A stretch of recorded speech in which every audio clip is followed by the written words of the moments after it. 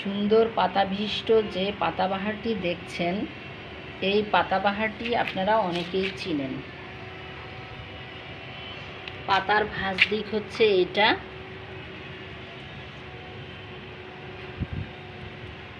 সবুজের উপরে হালকা খয়েরি প্রলেপ আর সাদা বা সিলভার কালার রূপালি রঙের স্ট্রাইপ।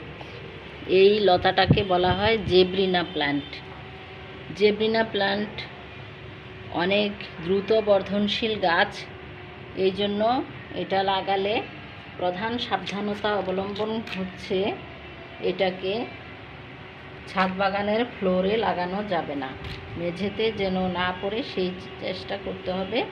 আর এটাকে ঝুলিয়ে লাগালে বা বারান্দায় ঝুলিয়ে রাখলে, বাগানে ঝুলিয়ে রাখলে সবচেয়ে সুন্দর হয়, বেশি বাড়তে পারে না।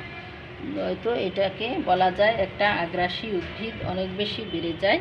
আমি অনেক জেব্রিনা প্ল্যান্ট তুলে ফেলি মাঝে মাঝেই, এখনও অনেক তুললাম এবং অনেক গাছও আজকে উঠানো হলো।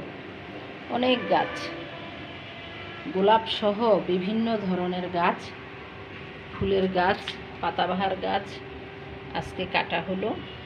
তো আপনারা জেব্রিনা প্ল্যান্ট লাগাতে পারেন, বাগানের সৌন্দর্য বৃদ্ধিতে এর জুড়ি নেই। এর পরিচর্যা স্বাভাবিক, এটা সহজেই বিস্তার লাভ করে। একবার লাগালে অনেক হয়ে যায়, এটাকে নিয়ে কোনো চিন্তা করতে হয় না।